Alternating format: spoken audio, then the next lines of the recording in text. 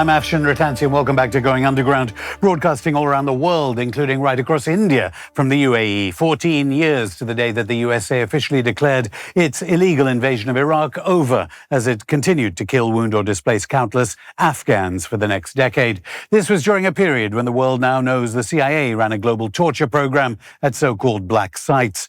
We know about the torture program because of the CIA's John Kiriakou, who, when he blew the whistle, was rewarded with a prison sentence. This, of course, is the CIA that is associated with countless assassinations and anti-democratic violence all around the world since it was set up in 1947. Today, the CIA, under Trump's John Ratcliffe, is intricately involved in Gaza via links to Mossad and Amman. In Ukraine, it trained Zelensky's intel chief, and Venezuela, where Trump has openly boasted of his authorization of a CIA-backed coup. John Kiriakou, a veteran of counter-terror at the CIA in Bahrain, Greece, Pakistan, and Langley, and the State Department, now hosts the podcast Deep Focus, and he joins me from Washington, D.C.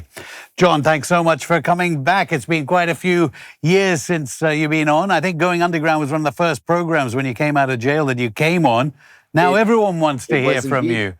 Why is it now Tucker Carlson wants to hear from you and different people want to hear from you when you came on Going Underground, nearly 10 years ago, 9 years ago? No one was interested in your story. No, it's funny. I really believed at the time that the country would finally come around to my way of thinking on this issue, and it appears that that's what has happened. Torture is wrong. It's wrong under any circumstances. It's not patriotic. It's a criminal act. And finally, a majority of the American people agree with me. So that's progress, at least. I'm not sure whether you caught our episode with the former Tel Aviv CIA Chief of Station, Susan Miller. She was saying that there's no way the CIA has been involved in drug trafficking, before I reminded her about Iran-Contra. Why does the CIA drug traffic and continue to do so, arguably? I mean, Candace Owens has now been talking about it with respect to the Charlie Kirk assassination. Why is the CIA intimately involved with drug trafficking? Because trafficking in drugs allows them to get closer to the targets they want to get closer to. There's a popular Netflix television series called Narcos, and Narcos is based on the true story of the hunt for Pablo Escobar, the hunt for the Cali cartel, the hunt for one of the Mexican cartels. And over the course of 3 seasons, every time the Drug Enforcement Administration gets close to its primary target, the CIA station chief steps in and ruins the investigation. That is true. That happens in real life because the CIA doesn't care about drugs. It cares about terrorism. It cares about communism, for what that's worth. There's always some other bigger ism that the CIA is concerned about. And so it was perfectly happy to allow cocaine to flood into the United States in the 1980s during the Iran-Contra affair, just as it was perfectly happy to allow Afghanistan to provide 93% of the world's heroin once the United States began its occupation of Afghanistan. Yeah, you said that the CIA was intimately involved in spreading those drugs from Afghanistan. You quoting Netflix makes me think of this Financial Times headline. I can see which side you're on. Paramount gate crashes Netflix deal for Warner Brothers. Warner Brothers associated with a chief propaganda outlet, CNN, of course. How important, I mean, you're on Netflix's side there with that program Narcos, but I don't expect if they take over Warner Brothers that CNN would suddenly tell us about CIA covert ops. How important does the CIA feel that soft power through Hollywood, through television programs, they've already got the media captive, arguably. How important does the CIA see that as important? Critically important, to the point where the CIA has set up a branch within the Office of Public Affairs whose job it is solely to cooperate with Hollywood studios. Just like the FBI has been doing since the 1950s, the CIA works with Hollywood studios to make sure that everything that comes out of Hollywood has a pro-CIA message. Technically, it's illegal for the CIA to propagandize the American people, but that's what happens every time a CIA-related film is released. It's propaganda. Indeed, the movie Zero Dark 30 broke all kinds of laws. The director, Catherine Bigelow, and the writer, Mark Bohl, were given classified briefings over a classified mock-up of the Osama bin Laden compound. They were given classified briefings by CIA counterterrorism center analysts. And in exchange, they gave those analysts watches and free tickets to the premiere of the film. Well, they should all be in prison for that. Technically, that's a violation of the Espionage Act. Instead, the film was celebrated as a victory at the CIA. And we've seen how actors are now on a blacklist if they've expressed support for Palestine now. That's right. So that they can't work again. But then, ironically, regarding the Warner Brothers deal and all related to Larry Ellison, of course, and the Trump family, why do they need to be so open about trying to take over the corporate news when arguably the news stations have all been patsies for CIA covert ops for decades since their inception? Why do they need extra control? Is it the Gaza genocide that has made them more aware? I think that's probably a part of it, but I think the real reason is a little bit more crass, and that is just billions and billions of dollars in profits. Essentially, the entire American media is run by 6 corporations or oligarchs. Now it's going to be 5. And so the only place you can go is independent media, but so few Americans have the time or the inclination to seek out independent media. They just sit in front of the television, turn on CNN or MSNBC, now it's called MS Now, or Fox News, and they think they're being educated. In fact, they're not. They're being propagandized. And I suppose you'd say your new podcast, Deep Focus, is going to set all that straight to an extent. I mean, Miller, as I say, Susan Miller, the former CIA chief of station, she did seem as outraged as I think you have been about Trump's ambassador to Israel, Mike Huckabee, inviting Jonathan Pollard into your embassy in Israel. Clear that the United States knows that there is no ceasefire. Why does the media, I mean, here's a headline from the Middle East, from here in Dubai, no truce second phase while Israel continues violations. It's bombing Lebanon. Israel hits Hezbollah targets in Lebanon. So it says here in Gulf News in Dubai. They know that. Why is it that they take the line from Huckabee, I suppose, as the representative in the Middle East, that there is a ceasefire at all? I say at every opportunity, in every interview that I can get myself scheduled on, that there is no peace deal. There's not even a ceasefire, at least not a well-maintained one. Maybe the Emiratis are happy, maybe the Qataris are happy, the Bahrainis, even the Saudis. But the Palestinians certainly are not happy because dozens of them still continue to die every day, and Israel continues to bomb southern Lebanon, as well as Syria, southwestern Syria. Mike Huckabee was a popular governor of a small, lightly populated state. He thinks that he's still governor and that he can make these decisions independently of the State Department or the National Security Council. He can't, and he needs to be reprimanded for not falling into line. But more than that, I went on Twitter and said that I believed quite strongly Huckabee should be forced to resign solely for inviting Jonathan Pollard to a private meeting in the American embassy. Jonathan Pollard is a traitor to the United States. He has called for the use of Israeli nuclear weapons against the United States.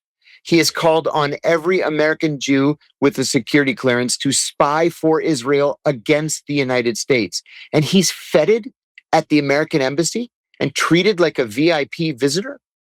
I was so outraged that I thought when I first read the report that it was a joke.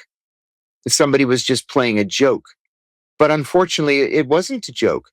And for that serious violation of, well, not just protocol, but common sense, Mike Huckabee should resign. Is Mike Huckabee a traitor to the United States of America? And are there people in the CIA, do you think, who want him gone now? My guess would be that everybody at the CIA wants him gone for this. No, I don't think he's a traitor against the United States. And excuse me for being blunt, I think he's an idiot. And he just didn't think that this was any big deal. That's being kind. You're famous, of course, for exposing U.S. Torture programs. I mean, now that we get more and more revelations of the way Israel has been torturing Palestinians during the genocide, it continues to torture doctors in the Middle East. Was it Mossad teaching the CIA or the CIA teaching Mossad and Amman how to torture people, how to break all four Geneva Conventions, the Article 3 of the four Geneva Conventions? As awful as it might sound, they were two independent programs running parallel with each other. While the CIA was developing its own torture program, I never saw an Israeli. I never heard reference to an Israeli. I never saw anything about Israelis in the reporting cables. What the United States did was that it outsourced torture to two sick psychologists, contract psychologists, who reverse engineered the U.S. Air Force's SEER training so that they could exert the most amount of pressure, the most amount of force and pain, frankly, on prisoners. The Israelis don't follow anybody's rules. The United States did this dance back in late 2001 and early 2002, where they went to the CIA General Counsel, then they went to the Justice Department's Office of Legal Counsel, then they went to the General Counsel of the National Security Council, and they at least pretended that they needed legal cover to allow themselves to do this. The Israelis just go in with guns blazing. But so clear that the CIA knows that the Israelis are torturing people. I mean, Susan Miller said that the chief of station of CIA's office always knew that they had to clear things with Mossad before operating, which seemed like a bizarre relationship. So bizarrely, has it become permissible, openly permissible, all these years after your revelations of U.S. torture during the so-called War on Terror? You know, I'm sorry to tell you that my revelations had a great impact on paper. My revelations were what led to passage of the McCain-Feinstein Amendment that banned torture in the United States. But it did nothing to put pressure on our allies like Israel to stop torture or to dial back the torture. And I wouldn't be surprised at all if another whistleblower were to come out and say, well, yeah, we don't torture, but we still render prisoners to countries that do torture. And then we pay subsidies to those countries' intelligence services to provide us with the information that the prisoner finally gives. With Israel, it's an even stranger relationship. The United States does not spy on Israel, period. It just does not. And it operates in Israel only with the permission of the Mossad. It's a very strange relationship. It's not a terribly friendly one. It's proper. It's formal, but not friendly. And the U.S. does nothing inside Israel without the Mossad's permission. John Kiriakou, I'll stop you there. More from the CIA veteran and whistleblower after this break.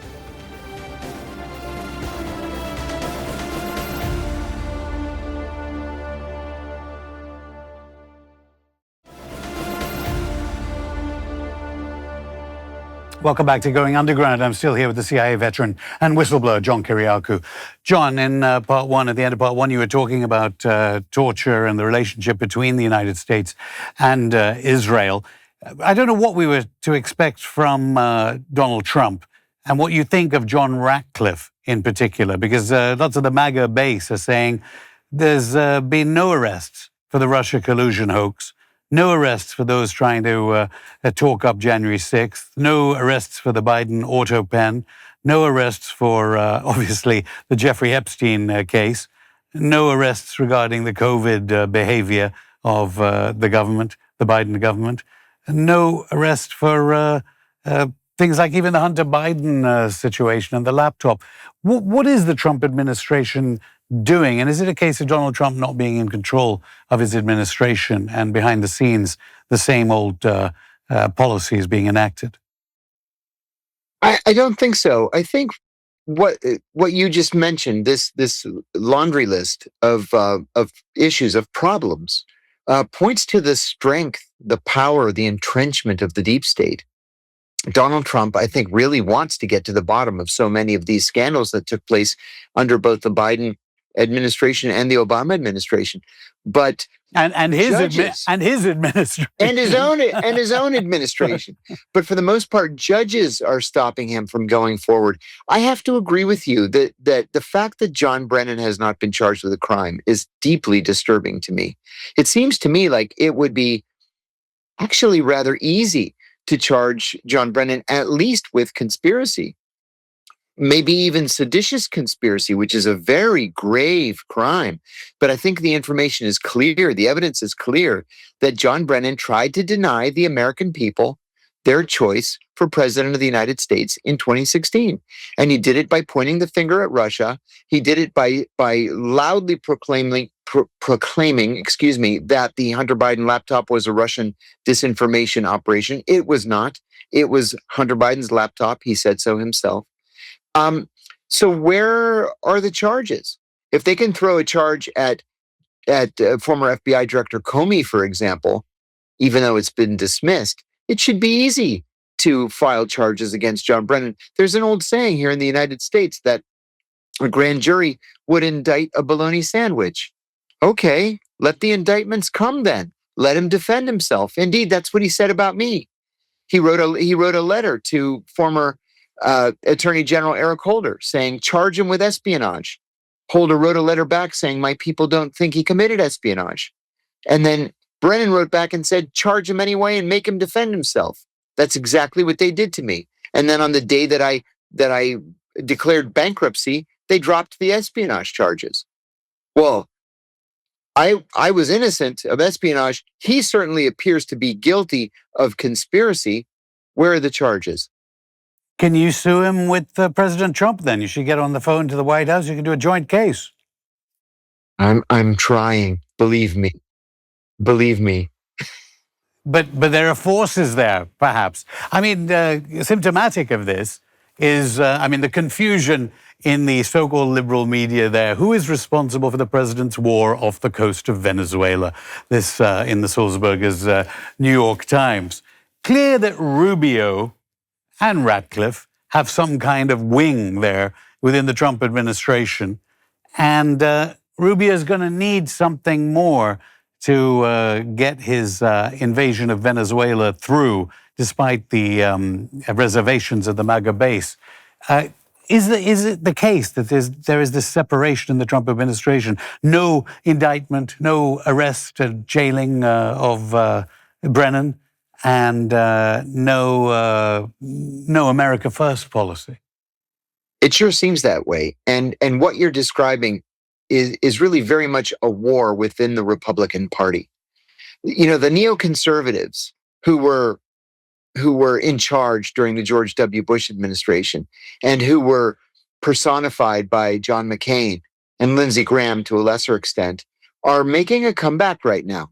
And Donald Trump seems to be a little bit confused as to what exactly he wants his legacy to be. Does he want it to be the America First anti-foreign intervention policy that he's espoused all these years? Or is he going to go back to the George W. Bush, let's invade everybody policy? I've said many times that if you want to know what American military intentions are, watch naval movements. This is something that I learned at the CIA. We can yell and scream and point the finger and tell countries we're going to invade them, but we're not unless we send enough naval assets to cover what's needed in terms of supply. Aircraft carriers, an aircraft carrier battle group, for example, it has 11 support ships, battleships, troop transports, supply ships, and of course, the aircraft carrier itself is full of fighter jets. So if the United States is serious about doing something, it's going to send an aircraft carrier battle group. Well, it has. And indeed, what did it do? It sent the USS Gerald R. Ford aircraft carrier battle group to the coast of Venezuela. So which Donald Trump are we going to see? Are we going to see the America First non-intervention Donald Trump or the neocon Donald Trump? And the truth of the matter is, we're not at war with Venezuela. Venezuela hasn't done anything to us. They haven't attacked us. These drugs that we're supposedly destroying or intercepting or whatever aren't even meant for the United States. They're meant for Western Europe, and they're not Venezuelan drugs. Venezuela is the transshipment point for drugs coming from Colombia, Peru, and Ecuador. So I just don't see why this president, especially, is considering a war of choice. But on par, you think he's probably not. I mean, this is being recorded beforehand, so there might have been an invasion he could have declared because he has that battle group there by the time this interview is broadcast.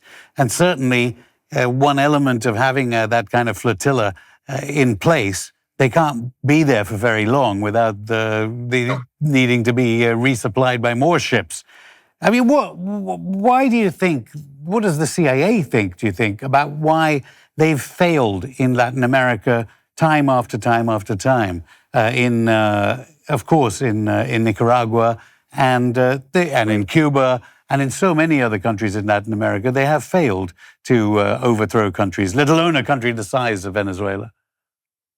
For decades. And it's because of this belief at the CIA. It's a very deeply held belief that we are the good guys. And as soon as we cross that border, people are going to throw flowers at us. And of course, that's laughably wrong. There's no understanding of history. There's no understanding of the societies and the cultures of these countries. They don't want us there. And at the CIA, they just don't understand. Now, in their defense, the CIA is not a policy agency. It's a policy support agency. So just like with the invasion of Iraq, if the White House says do it, you have to do it, even if you're opposed to it on philosophical grounds. But you're right. The CIA, the American government in general, just never seems to learn the lesson of invasions gone bad. It's easy to invade a country. It's easy to overthrow its government. It's exceedingly difficult to take care of things the day after. And one thing about Venezuela, too, as I just said, it would be easy to overthrow the government. We've already essentially told Maduro, just get on your plane and run away. Go to Doha, go to Havana, go to Moscow, just get on the plane and run away. The President Maduro, his private pilot, said just a few weeks ago that the CIA had approached him to try to recruit him. So in the event that Maduro were to run away, instead of landing in Havana, he would land in Miami, thinking it was Havana, and we could take him off the plane and charge him with drug trafficking. The president, just a couple of weeks ago, went on national television and said that he had signed a covert action program. Let me tell you, there is nothing that the CIA does that is more highly classified than a covert action program. This was the first time in American history that a president ever announced one as he was signing it. The point being to put so much pressure on Maduro that he just gets up and runs away. So to overthrow him, what do you need to do? You need to secure the presidential palace. You need to take over the radio and television stations. You need to control the major intersections in Caracas. But most importantly, you need to have the military on your side. And the Venezuelan military is on the side of President Maduro. Yeah, and I mean, they've tried against Cuba. It's not even easy to overthrow them, arguably. Let's get to Europe. The CIA, according to the New York Times, has 12 spy bases on the Russian border. And, of course, we know the CIA trained the intelligence chief of Zelensky. Do you believe that John Ratcliffe is overseeing the intel for Zelensky, despite Trump saying he's this neutral arbiter? Is the CIA completely under, effectively, genocide Joe Biden's policy and not the Trump administration's? What's the CIA doing with its 12 spy bases in Ukraine? I think that Donald Trump genuinely wants to see an end to this conflict. I really do. But I think he also has been convinced to keep all these CIA bases open until a peace deal is signed. I think Ratcliffe probably has lobbied him, and probably quite hard, not to hamstring CIA operations until the deal is done and we can withdraw CIA personnel. What happens when Russian troops overtake the bases? What happens when they take the bases? Well, we've always had a gentleman's agreement with the Russians that we don't harm or interfere with their people, and they won't harm and interfere with our people. I remember when reading reports from the murder of the CIA station chief in Athens, Dick Welch, on December 23rd, 1975. The very first cable that we received was from Moscow, and it was the KGB saying, "We promise it wasn't us." When John F. Kennedy was killed on November 22nd, 1963, the very first message that the CIA received was from the KGB saying, "We promise it wasn't us." There's this gentleman's agreement that has always been respected. So sure, they might overrun CIA bases and they'll likely expel those CIA officers, but I wouldn't expect much more. Yeah, I'm not sure that they're gentlemen, but we're running out of time. And I better ask you, when it comes to lobbying President Trump in the White House, I mean, we had Ben Menashe, the former Israeli intelligence translator, saying that the ghost of Jeffrey Epstein effectively is blackmailing Trump.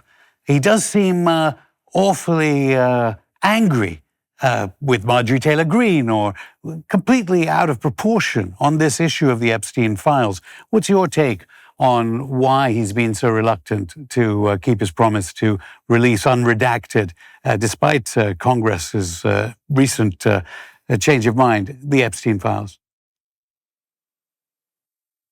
I think that we had a hint of what the truth was when Elon Musk said, as he was leaving government, that Donald Trump was all over, his words, all over the Epstein Files. And I think Trump probably didn't think that he would be, or didn't realize that he was, when he was making the promise to release all of the unredacted files. I have to tell you, I'm not sanguine that we'll ever see these files, because this is not a partisan issue. There are Democratic perverts, just like there are Republican perverts, and there are a lot of them in positions of very important power. And so I think that they are going to work together to kill this information, to disappear the information. Marjorie Taylor Greene is right. Donald Trump said that he would release it. He should release it. This is what the MAGA base wanted. But I think Trump believes that the MAGA base is more pro-Trump than they are pro-MAGA, and that he could wait this out and win it in the end. I don't think we'll ever see this unredacted information. John Kiriakou, thank you. Thank you. Good to see you. That's it for the show. Our continued condolences to those bereaved by the UK-US EU armed genocide across Palestine. We'll be back on Saturday with a brand new episode. Until then, keep in touch via all our social media. If it's not censored in your country, and head to our channel, Going Underground TV on rumble.com, to watch new and old episodes of Going Underground. See you Saturday.